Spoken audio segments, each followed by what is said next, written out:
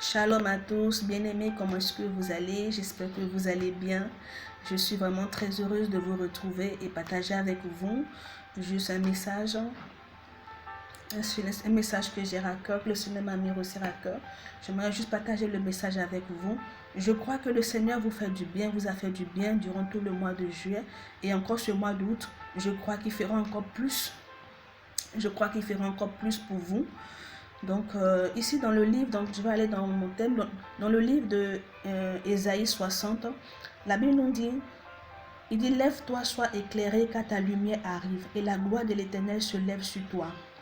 En verset 2, il dit, voici les ténèbres couvrent la terre et l'obscurité les peuples. Mais sur toi l'Éternel se lève, sur toi sa gloire apparaît. Amen.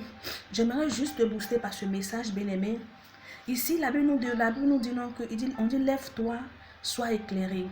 Vous savez, ici, le fait de se lever ici, c'est moi ici, selon la compréhension que le Seigneur m'a permis ici de comprendre à travers ce verset, c'est que lève-toi spirituellement parce que vous savez que toute chose se fait, tout ce qui est, toutes les choses que nous voyons aujourd'hui, tout ce qui se fait vraiment, tout ce qui se trame d'abord dans le spirituel et après ça se dépend maintenant sur le monde physique.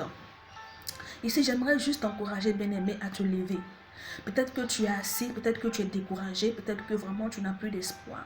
Peut-être que tu te dis, mais tu es fatigué, mais je prie, mais qu'est-ce qui se passe? Tu n'arrives plus à comprendre.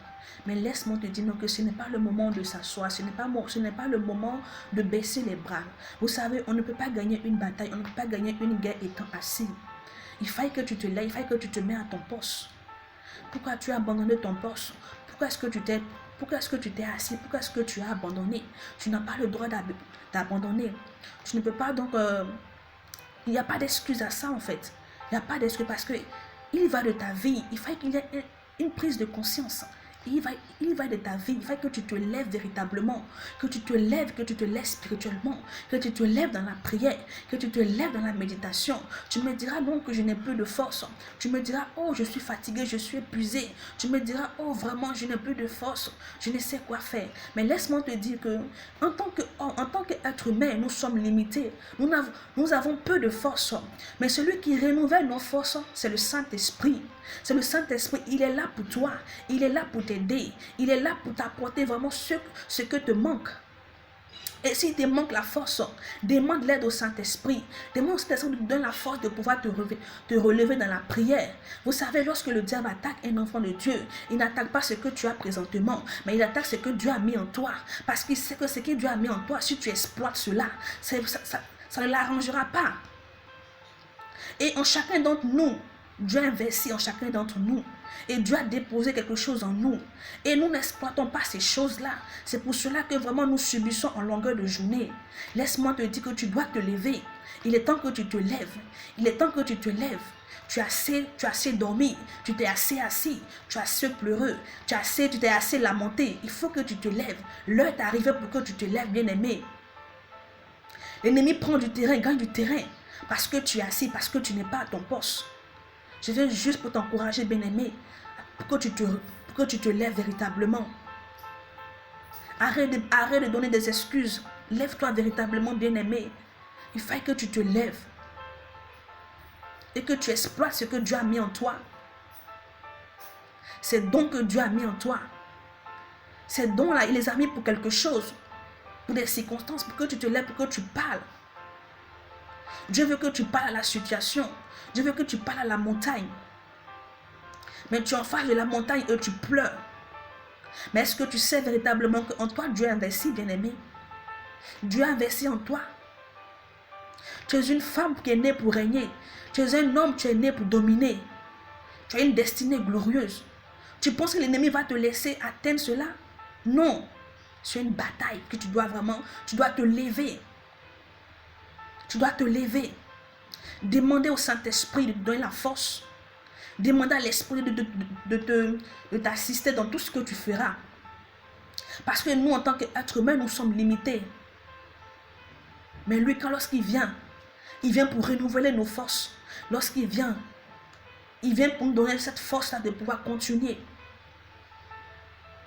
Tu l'as avec toi. Tu ne peux pas donc prendre des excuses parce qu'il est présent, il est à côté de toi. Il est là pour t'épauler, il est là pour t'aider. Il dit celui qui demande, celui qui cherche trouve. Si tu demandes au Saint-Esprit de t'aider, il le fera. C'est parce que tu n'as pas encore demandé. Tu as tout fait, mais sauf demander l'aide du Seigneur. Tu as cherché le soutien auprès des hommes. Mais laisse-moi te dire non que lui seul a la possibilité, lui seul a la capacité de te permettre vraiment toi qui l'as créé à son image, de te permettre d'aller de l'avant. Donc je t'invite en ce jour vraiment à te relever. Lève-toi bien-aimé, lève-toi. Lève-toi bien-aimé, il est temps que tu te lèves. Il est temps que tu te lèves. Dieu nous a créés, il nous a créés pour que nous puissions dominer. Il a fait de nous pour que nous puissions dominer. Il nous appelle aux choses extraordinaires et non aux choses ordinaires. Tu n'es pas né pour vivre ces petites choses. Il faut que tu te lèves, que tu comprennes que vraiment tu es né pour quelque chose de glorieux. Tu ne peux pas accepter la vie, tu ne peux pas accepter ce que vraiment la situation vraiment te présente. Tu dois parler. Tu dois parler. Nous avons cette tendance-là vraiment à... Pour certaines choses ou des futilités, nous avons vraiment ce oral. Nous parlons, on donne notre avis sur des choses. Mais lorsqu'il concerne notre destin, lorsque c'est des choses qui nous concernent vraiment véritablement, qui concernent notre destinée, on n'arrive plus à parler, on perd les mots. C'est en ce moment-là que tu dois parler. La parole est vie, il est la parole. Tu dois parler, tu dois déclarer, étant debout, étant à ton poste. Il faut que tu te lèves, bien-aimé. Je viens juste pour t'encourager. Je sais qu'il y a beaucoup vraiment aujourd'hui qui sont assis. Il y a beaucoup aujourd'hui vraiment qui n'arrivent même pas à se relever. Ou ils n'arrivent même pas à prier. Ils n'arrivent même pas à méditer. Ils n'arrivent plus. Mais laisse-moi te dire que le Seigneur est là. Il a donné la force que tu n'as pas. Il est là, il est présent. Invite-le, appelle-le. Demande son aide. Car c'est pour cela qu'il nous a fait venir le Saint-Esprit. Il dit, il est avantageux pour vous que je m'en aille. Mais lorsque je m'en irai, je vous emmènerai le consolateur, le révélateur, le Saint-Esprit. Il est là pour toi. Il est là pour t'aider. Donc c'était juste mon message vraiment. Que Dieu te donne la force. Que Dieu renouvelle tes forces. Vous savez, la prière est l'âme du chrétien.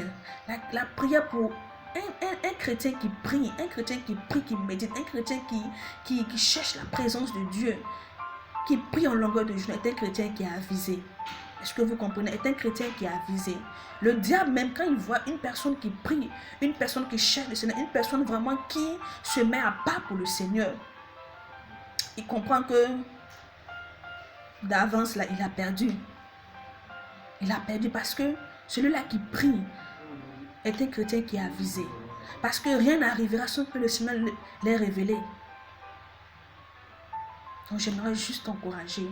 Arrête de donner des excuses. Tu me diras, oui, j'ai prié longtemps. Mais tu dois prier, mon bien-aimé. Tu dois prier.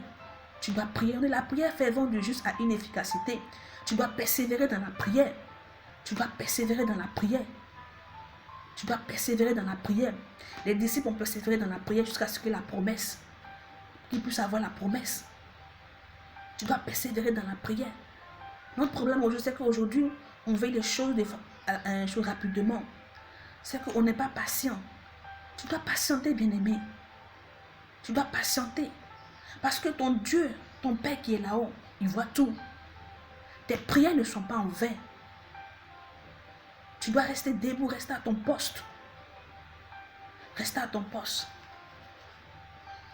Donc c'était juste mon message. Que le Seigneur vous bénisse davantage. Que la main de Dieu soit sur vous. Et que Dieu vous donne cette force-là vraiment. Pour ceux-là qui ont perdu, qui ne prient plus actuellement. Pour ceux-là vraiment qui n'arrivent plus à se relever, pour ceux-là, puis laisse-moi te dire donc que les lamentations, les pleurs ne changent pas une vie. Oui, ça ne change pas une vie. Ça ne change pas une vie. Lorsque tu finiras de pleurer, la situation est là.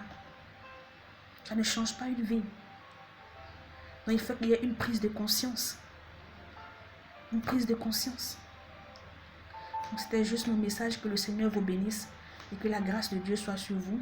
Donc passez donc un très bon dimanche. Très bon dimanche à vous. Et que Dieu vraiment vous accompagne durant toute la semaine qui va débuter. Que Dieu étend sa main. Dieu étend sa main sur vous, sur vos parents, sur vos amis, sur vos enfants.